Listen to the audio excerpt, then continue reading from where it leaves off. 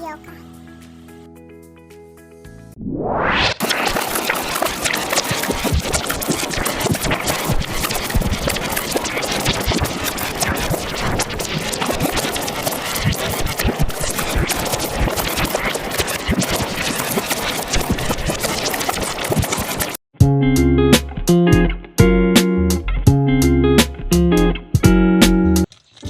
Ang una na pag-aagian sa pag-ubra, una, anong kakapag-water kag ang mango gelatin.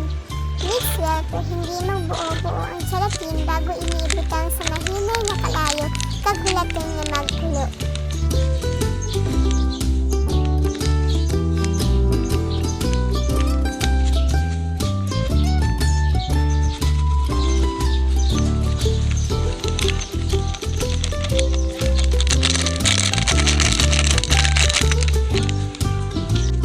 Ara na kag nagilapat na ang ating nga kaldero para sa pagluto sa gelatin.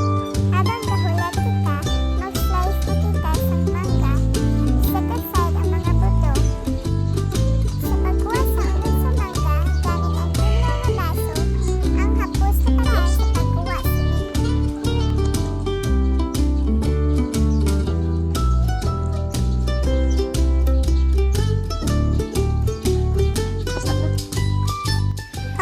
Stop na, kay ato nang slice ang mango into cubes.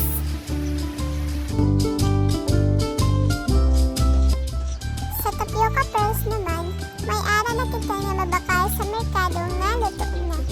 So mas better na magbakal na lang ikaw kaysa sa magluto. Balikan ka ang gelatin. Kung nakita ka nagakulor na ang gelatin, ibutang tayo ni sa tino nga butnganan kag iset aside para ipabugnaw kag maging jello.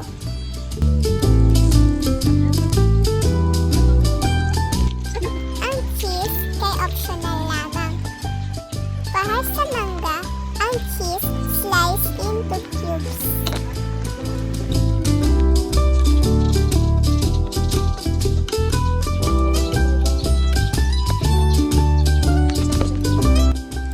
Pagbugnaw na sa gelatin, para sa cheese kag mangga, slice manini into cubes.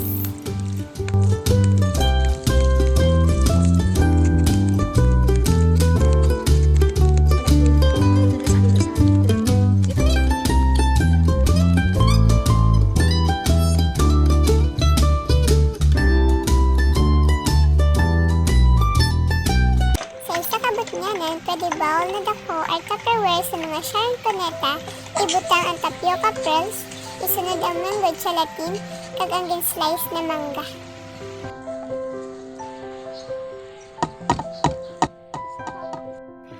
Sa parehas na butnganan, ibutang ang evaporada milk, condensed milk, kag ang all-purpose cream.